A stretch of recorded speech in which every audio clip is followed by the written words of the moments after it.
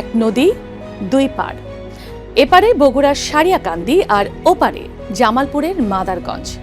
দুই এলাকার সরাসরি দূরত্ব প্রায় ১৬ কিলোমিটার, অথচ সড়ক পথে যেতে হয় সিরাজগঞ্জ ও যমুনা সেতু হয়ে প্রায় ২০০ কিলোমিটার ঘুরে। এবার সেই দীর্ঘ পথ কমানোর সম্ভাবনা তৈরি হয়েছে যমুনার তীরে দুটি নতুন নদীবন্দর ঘোষণায়। কিন্তু শুধু বন্দর ঘোষণা হলেই কি বদলে যাবে যোগাযোগ আর ব্যবসার চিত্র?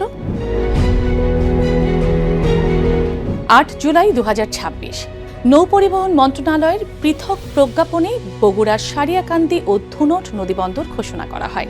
এর ফলে দেশে অভ্যন্তরীণ নদীবন্দরের সংখ্যা দাঁড়িয়েছে ৫৬টিতে।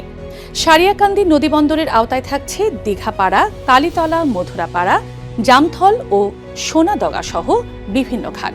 আর ধুনট নদীবন্দরের আওতায় রয়েছে চন্দনবাইশা, সাহেরাবাড়ি সহ সংশ্লিষ্ট নৌঘাট ও খাল। মানচিত্রে সারিয়াকান্দি আর মাদারগঞ্জ খুব কাছাকাছি, আর দুই এলাকার মানুষের মধ্যেও রয়েছে দীর্ঘদিনের সামাজিক ও ব্যবসায়িক সম্পর্ক। কিন্তু সরাসরি সড়ক যোগাযোগ না থাকায় যাতায়াতে তৈরি হয়েছে দীর্ঘ ঘুরপথ। সারিয়াকান্দি থেকে মাদারগঞ্জের সরাসরি দূরত্ব যেখানে প্রায় ১৬ কিলোমিটার, সেখানে সড়ক পথে যেতে হয় প্রায় ২০০ কিলোমিটার। অর্থাৎ নদীবন্দর দুটি কার্যকর হলে সময় ও পরিবহন খরচ দুটি কমার সুযোগ রয়েছে। এর সবচেয়ে বড় প্রভাব পড়তে পারে কৃষি পণ্য পরিবহনে। বগুড়া ও আশপাশের এলাকায় উৎপাদিত হয় ধান, আলু, ভুট্টা, পেঁয়াজ, মরিচ সহ নানা কৃষিপণ্য। দূরের বাজারে এসব পণ্য পাঠাতে পরিবহন খরচ যেমন বাড়ে, তেমনি পচনশীল পণ্য দ্রুত বাজারে পৌঁছানো গুরুত্বপূর্ণ। নদীবন্দর কার্যকর হলে একসঙ্গে বেশি পণ্য নৌপথে পাঠানোর সুযোগ তৈরি হতে পারে।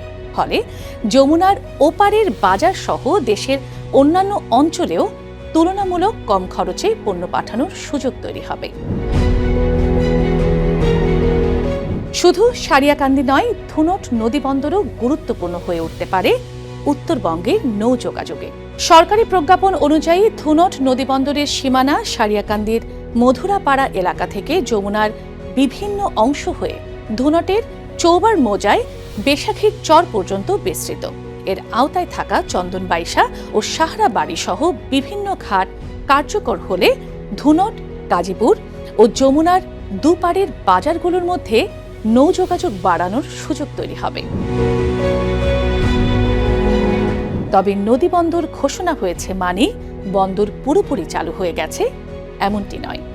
সম্ভাবনাকে বাস্তবে রূপ দিতে সবচেয়ে গুরুত্বপূর্ণ বিষয় হল অবকাঠামো উন্নয়ন। তাই প্রয়োজন আধুনিক জেটি, পণ্য ওঠানামার ব্যবস্থা, গুদাম সংরক্ষণ সুবিধা এবং সড়ক সংযোগ। পাশাপাশি সারা বছর নৌযান চালাতে নিশ্চিত করতে হবে নদীর নাব্যতাও। অর্থাৎ নদীবন্দরকে কাগজ থেকে বাস্তবে রূপ নিতে হলে দরকার অবকাঠামো, নৌপথ উন্নয়ন এবং নিয়মিত নৌযান চলাচল। দুই নদীবন্দরে সংরক্ষকের দায়িত্ব দেওয়া হয়েছে বাংলাদেশ অভ্যন্তরীণ নৌ পরিবহন কর্তৃপক্ষ BIWTA কে। এখন মূল প্রশ্ন, কবে শুরু হবে অবকাঠামো নির্মাণ? কিভাবে নিশ্চিত হবে সারা বছরের নৌযান চলাচল?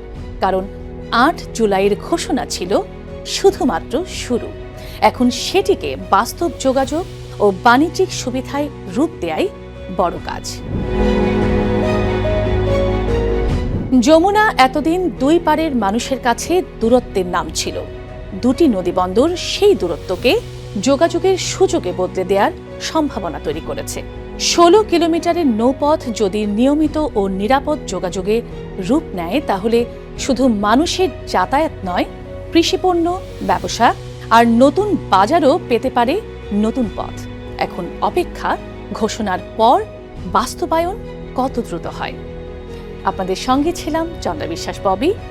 আবারও ফিরব নতুন কোনো তথ্য নিয়ে। ততক্ষণ পর্যন্ত সময়ের সঙ্গে থাকুন।